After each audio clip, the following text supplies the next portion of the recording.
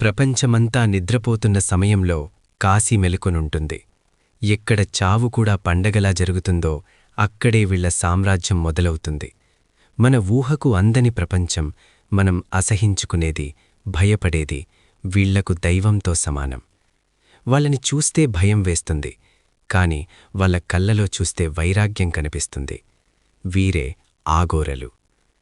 అసలు ఆఘోర అంటే ఎవరు? సాంస్క్రిట్లో ఘోర అంటే భయంకరమైనది అని అర్థం. ఆఘోర అంటే భయం లేనిది లేక సులభమైనది అని అర్థం. ఈ ప్రపంచంలో ప్రతి దాన్ని ప్రేమించేవాడే నిజమైన ఆఘోర. వారు శివభక్తులు కాదు, వారు శివున్నే ఆవహించేయారు. మిత్రమా, ఇలాంటి గుండె ధైర్యం చేసుకుని చూసే విషయాలు ఇంకా ఎన్నో తెలుసుకోవాలంటే దయచేసి మన ఛానల్ని సబ్స్క్రైబ్ చేసుకోండి. ఆ బెల్లైకాన్ని కొట్టడం మర్చిపోకండి, ఎందుకంటే మన ప్రయాణం ఇప్పుడే మొదలైంది. ఇప్పుడు మనం ఎంతో భయపడే, అసహించుకునే విషయం గురించి మాట్లాడుకుందాం: శవాలను తినడం. ఇది వినగానే మనకు వామిటింగ్ వచ్చినట్టు అనిపిస్తుంది కదా. కాని ఆఘోరలు దీన్ని ఎందుకు చేస్తారు? ఆకలి వేస్తేనా? కాదు. వారి సిద్ధాంతం ప్రకారం ఈ ప్రపంచంలో అన్నీ ఆ పరమేశ్వరుడి సృష్టే. మంచి చెడ్డు, పవిత్రం అపవిత్రం అనేది కేవలం మనం మనసు క్రియేట్ చేసిన ఇల్యూషన్ మాత్రమే. బంగారు అయినా మాలము అయినా రెండూ ఒకటే అని నిరూపించుకోడానికే వారు ఇలాంటి పనులు చేస్తారు. ఈగో అంటే అహంకారం, దాన్ని చంపడానికే శవం మాంసం తింటారు.